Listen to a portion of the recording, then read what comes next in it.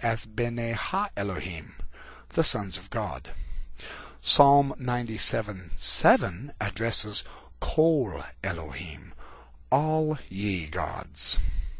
Well, there may once have been even more such references, since the evidence is rather clear that the Old Testament text has been tampered with in this regard. And that's what I've shown you with Emmanuel Tov's text, with Ronald S. Hendel, with Margaret Barker, with Marcus Smith. James C. Vanderkam has discussed that in his extensive analysis of the book of Jubilees, so on and so forth. This is something Adams does not apparently understand, and if he does understand it, he hasn't described it. His assumption is erroneous, that what we read in the Old Testament is pretty much what they had back then, and it was their belief back then. No, this is fundamentally false. Fundamentally so. Well, let me see here. Yes, and he describes it on page 491. Well, various scholars have argued that the original God of Israel was El.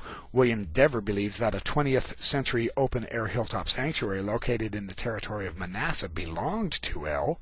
In the earliest Israelite conception, Father El had a divine son named Jehovah or Yahweh. El or El Elyon, the highest or the most high, and Yahweh were distinct. And then he discusses Deuteronomy 32. The number of the sons of El, Yahweh was the most prominent of those sons of El. There was a high God who presides over the other deities.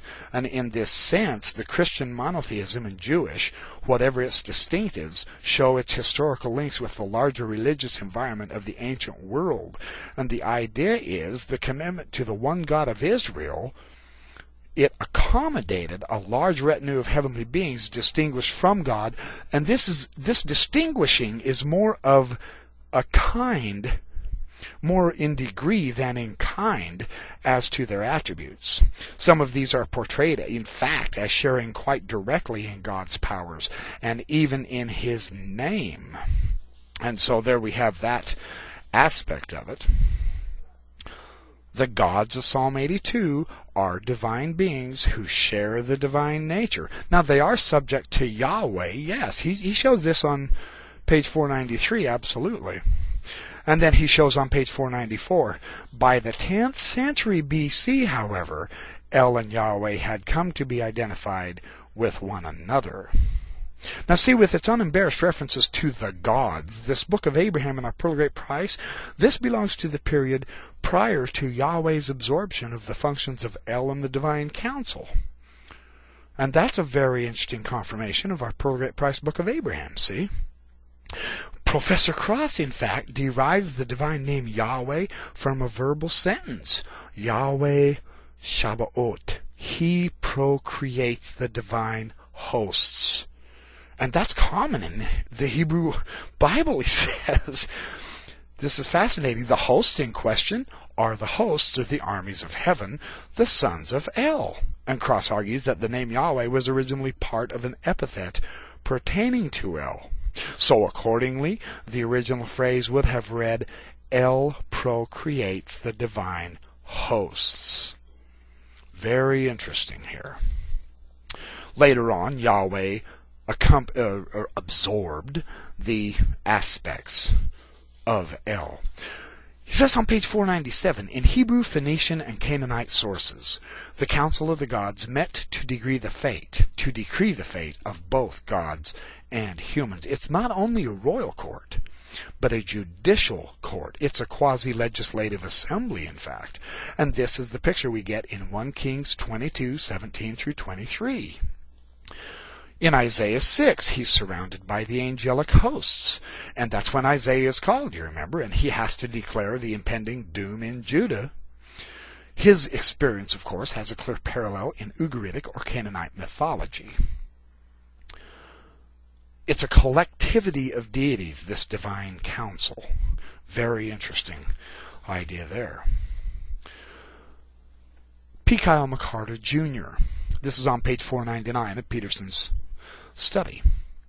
P. Kyle McCarter observed that even Israel's pagan neighbors were capable of viewing their gods as plural from one aspect or from another as one, even though they lacked the assistance of Aristotelian ontology. See, the theology in ancient Israel, Yahweh could legitimately become El. When the gods granted him kingship and the power of decree, he became equivalent to the assembly itself. It's very interesting. As it was in Ugaritic, so it was in Israel. The word and decision of the council are the same as the decree of Yahweh. That's one way that Yahweh and El could become one deity, in function at least.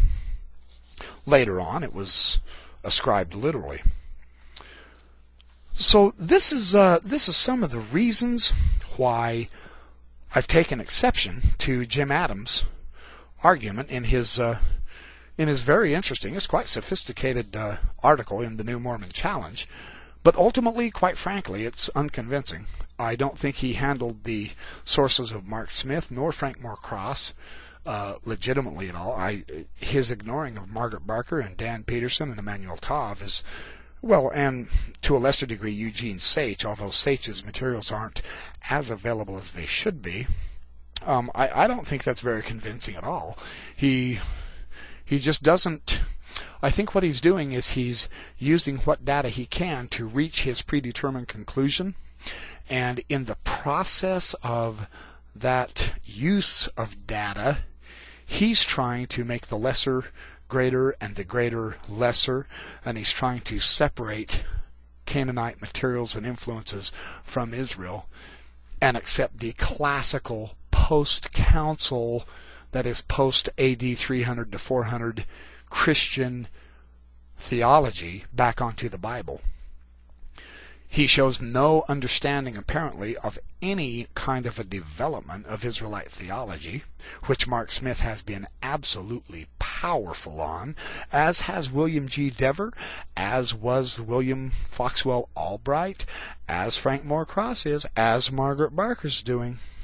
It's pretty breathtaking to see the overabundance of materials demonstrating quite clearly that this LDS concept of the Council of the Gods is not wrong.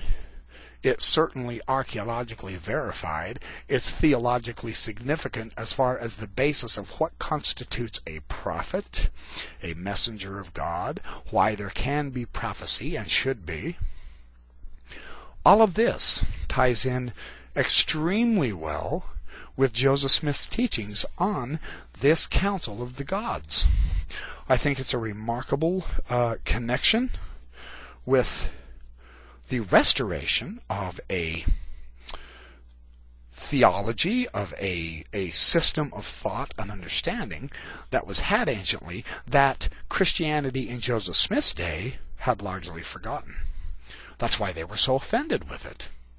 It's not polytheism per se.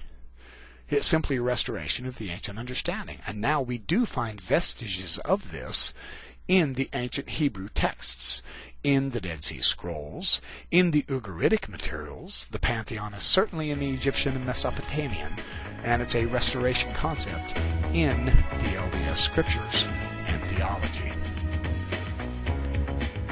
So thanks for joining me in this Backyard Professor podcast series.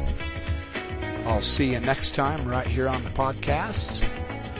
Have a great life.